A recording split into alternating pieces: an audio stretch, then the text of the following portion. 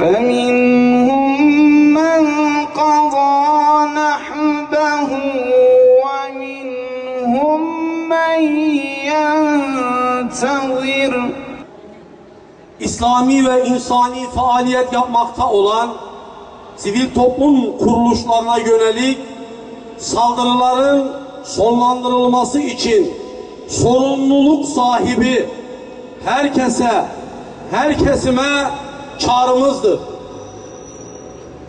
15-10-2013 tarihinde 50-60 kişiden oluşan PKK ve BDP'liler tarafından muhtaç vatandaşlar için deri ve kurban eti bağışı almak için stand açan Mustazaflar Cemiyeti Mersin Şubesi ve Bilge Eğitim Der üyelerine saldırı yapılmış, 7 kişi yaralanmıştır. Karanlık ve derin yapılara hizmet eden bu zorba güruh tarafından kendisini İslami ve insani hizmetlere adayan Mustazaflar Cemiyeti daha önce de saldırılara uğramış, bu saldırılarla yapılan hayır faaliyetleri engellenmeye çalışılmıştır. PKK ve BDP yanlıları şunu bilsinler ki hayır faaliyetlerini engelleyenler Allah'ın azabından ve ihtiyaç sahiplerinin ahından kurtulamayacaklar. Bayram, sevinç ve mutluluk günleridir. Sizler ey alçak korkaklar, o kadar bu halkın değerlerinden uzaksınız ki böyle mübarek ve kutsal bir günde bile saldırı yapabiliyorsunuz.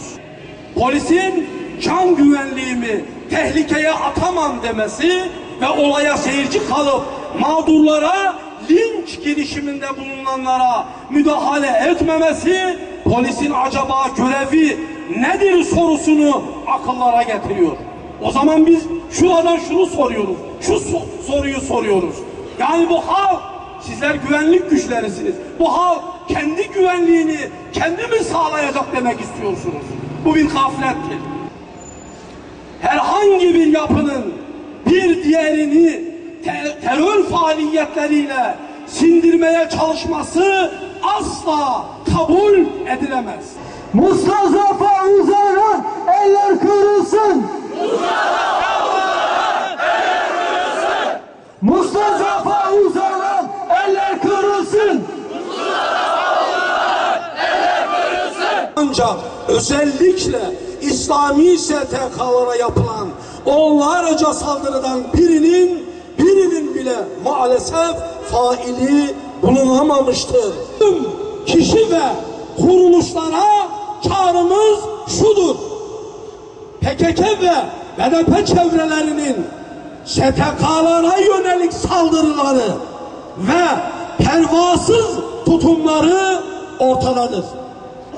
STK'lara yönelik saldırıları sonlandırma noktasında etkili olabilecek tüm kişi, kurum ve kuruluşları girişimlerde bulunmaya ve menfur saldırıyı kınamaya davet ediyoruz.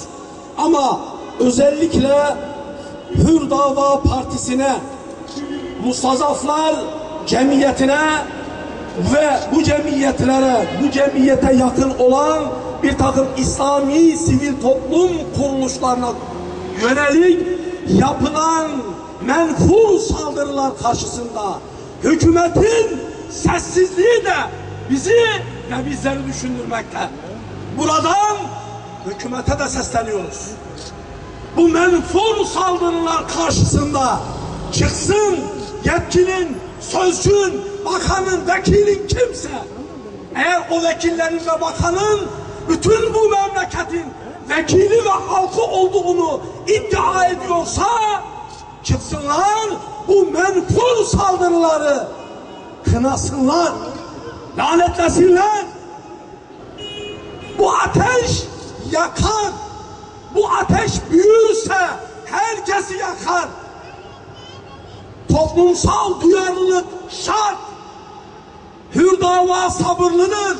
Hürdava sağduyuludur. Mustazaflar sabırlıdır, sebatkardır, sağduyuludur. Görülüyor ki devlet ya da devlet içindeki derin yapılar bu görevi PKK, BDP çapulcularına devretmiştir. Ya da kapalı kapılar ardında TC istihbaratı ile sıkı fıkı yapılan görüşmelerden dindarlara saldırma karşılığında bir takım anlaşmalar mı yapılmış? Yoksa bu camiaya yönelik saldırıların failleri neden yakalanamıyor?